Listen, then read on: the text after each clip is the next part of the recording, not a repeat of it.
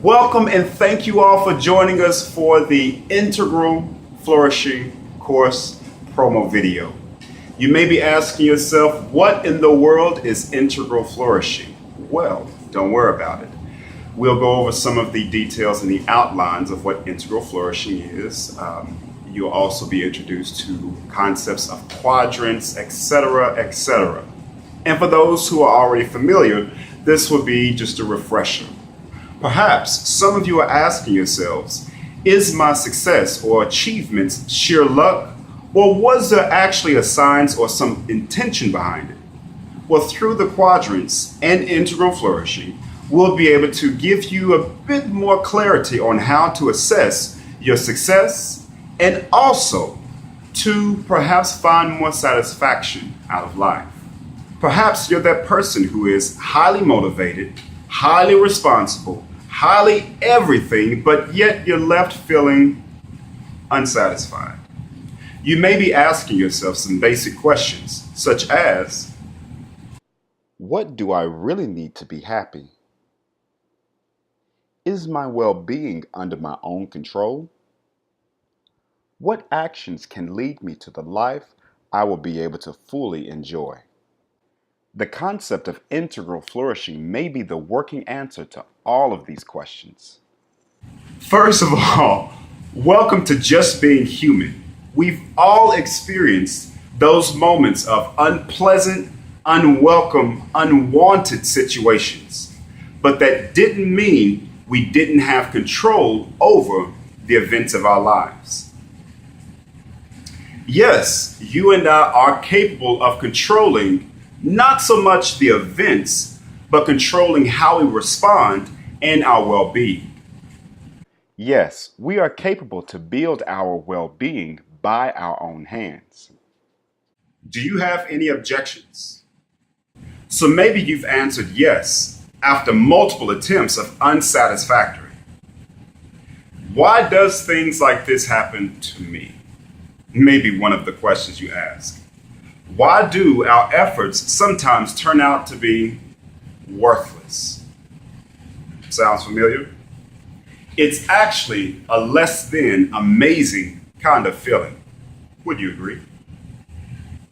Flourishing is not just a matter of effort, but possessing the knowledge that something really works. To manage any system, we should be aware of its structure. To build flourishing, you need to know how it is arranged. Now, we are willing to briefly guide you through the key aspects of well-being. You are welcome to use this video as an introduction to the longer journey into flourishing, or you may also use it as an introspective checklist. Please feel free to pause at any moment if you need time to reflect on the questions we are offering you. As I've mentioned before, we will rely on the quadrant model to give our survey a more holistic view. Let's take a look at the 4 quadrants. Individual interior, individual exterior, collective interior, and collective exterior. The quadrants can give a perfect guideline to analyze our current situation with flourishing and to plan the necessary actions. Each perspective will bring our attention to certain aspects and therefore will raise distinct self-addressed questions. So, let's start with the upper left quadrant, which is the individual interior. The meaning we give to our experience completely depends on ourselves, and it really makes a difference. So, what about your emotional life? You may be asking yourself some basic questions regarding your emotional life. Do I have skills to broaden my positive emotions and to accept, use, and constructively transform my negative emotions? How can I get the necessary skills if needed? Do I actively use my existing skills? Then review your beliefs. Do I have healthy and supportive beliefs? What can I do to transform my limiting beliefs into supporting beliefs? And what about those questions that bring meaning to life? Some of those questions may look or sound like this. Am I aware of what's meaningful for me? And let's be honest, we need to reflect on our attitudes, not just out there, but towards ourselves. Am I aware of my strengths? Do I appreciate them?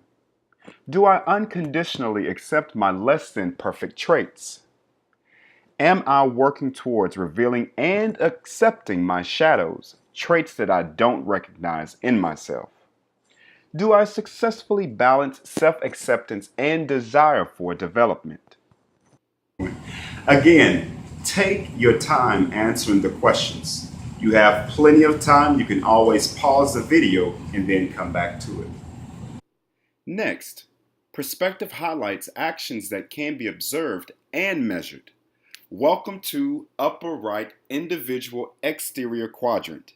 We encourage you to ask yourself, do I perform a behavior that gives me pleasure, is meaningful for me, balances my strengths and my challenges, and immerse me into a flow state and or helps me to develop my intelligence?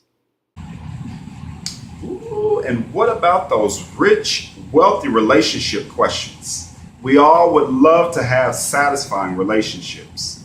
So you may ask a few questions that look and sound something like this.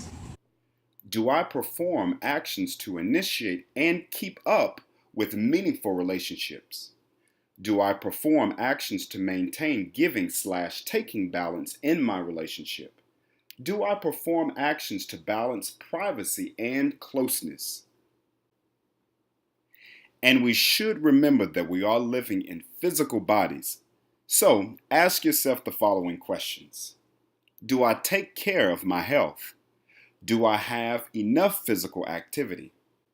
If any of the answers are unsatisfying, the next question could be, what actions can I take to change the situation? We hope the upper quadrants have been explained clearly. Now we will go into the lower quadrants. This deals more with how to manage something that may not be under your control. But we first should identify what are their functions.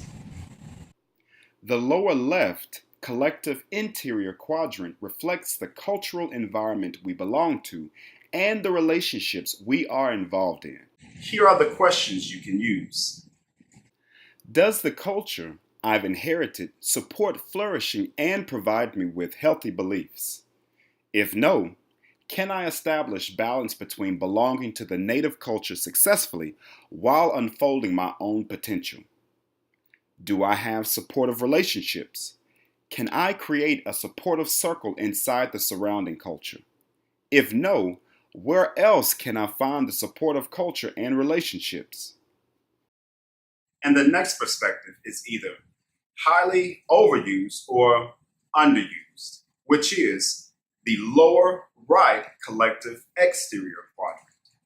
Does the environment I live in, the country and the specific place, the economic and working conditions, the existing infrastructure, the political system, and so on, support my flourishing? What do I specifically lack in the existing infrastructure? Can I create or find what is necessary for me? Can I adapt to the existing environment so that I will be able to develop my flourishing? If no, can I relatively soon initiate significant changes in my environment?